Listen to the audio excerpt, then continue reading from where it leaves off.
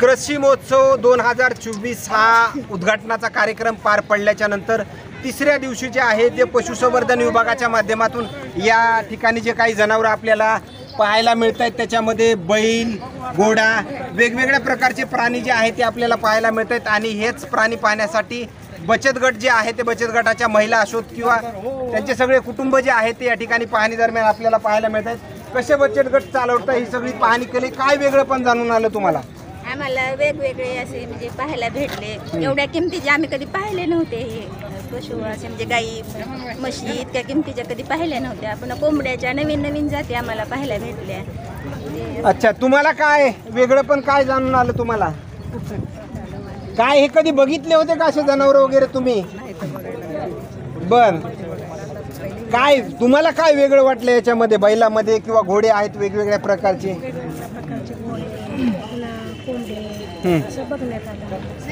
खरं तर कुटुंबामधले देखील प्रमुख जे आहेत ते आपल्या त्यांच्या सोबत आलेले आहेत। बचत गट आहे, पुरुषांचा देखील समावेश जो आहे तो या महिलांसोबत दिसतोय। हे सगळ्या महिला जे आहेत ते तुम्ही कुटुंब जे आहे ते कशा प्रकारे शेती वगैरे करताय?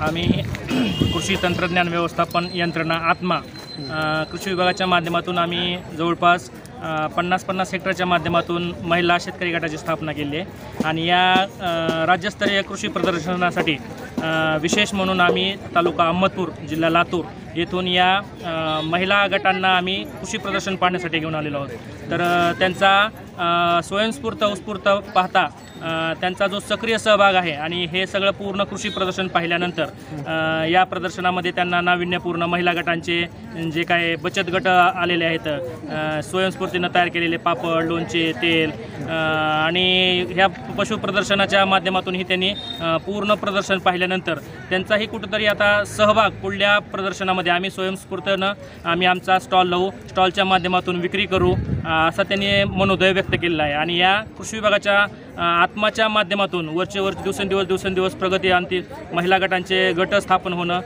नवीन तंत्रज्ञान तयार होणं। आत्माच्या तुमच्या गटाच्या माध्यमातून काही कृषी विभागाची वगैरे कधी मदत वगैरे मिळते का? कशी मिळते? हो, महिला गटाच्या माध्यमातून आम्ही त्यांना नेहमीच्या शेतकरी प्रशिक्षणासाठी असेल, शेतकरी अभ्यास दौऱ्यासाठी असेल, आम्ही त्यांचा सक्रिय सहभाग नोंदवून घेत असतो। आणि वेळचं जे वेगळं पण जाणून काय आलं या कृषी महोत्सवाच्या कार्यक्रमात? काय वेगळं वाटलं तुम्हाला? नेहमीचे जे तंत्रज्ञान आहेत जे शेतकऱ्यापर्यंत किंवा महिलापर्यंत जे जात नाहीत, तर ते पाहण्यातून तंत्रज्ञानातून त्यांची उत्पादन क्षेत्रामधलं जे उत्पादन क्षेत्र आहे, उत्पादन वाढीच्या तंत्रज्ञानातून त्यांनी जे शेतीसोबत पशुसंवर्धन आहे, रेशीम आहे, मत्स्यशेती आहे, त्यांच्या या प्रत्येक शेतीच्या क्षेत्रासोबत त्यांना 2 पैसे मिळावे या माध्यमातून आम्ही त्यांचं स्ट्रेंथनिंग, त्यांचं सक्षमीकरण करतो। शेतकरी जे आहेत ते घरी बसलेले आहेत। महोत्सव जो आहे तो या ठिकाणी परळीमध्ये राज्यस्तरीय जो आहे तो होताना पाहायला मिळते।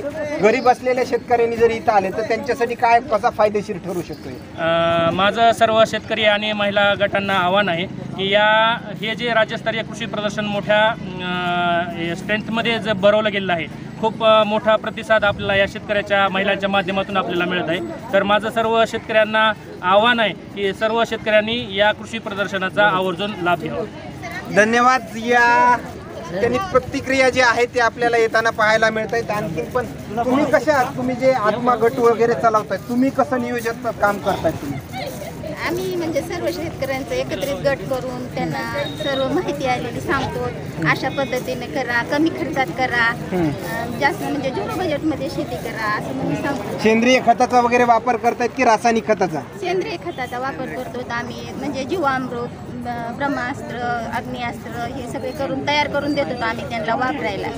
त्याच्यामध्ये कधी कधी रासायनिक खत किंवा कीटकनाशकांचा देखील हा वापर करावा लागतो की नाही करावा लागतो? जास्त असं म्हणजे रोग पडल्यानंतर थोडासा त्याच्यात वापर करतो आम्ही त्याच्यामध्ये। अच्छा, कोणतं गाव वगैरे कोणतं तुमचं?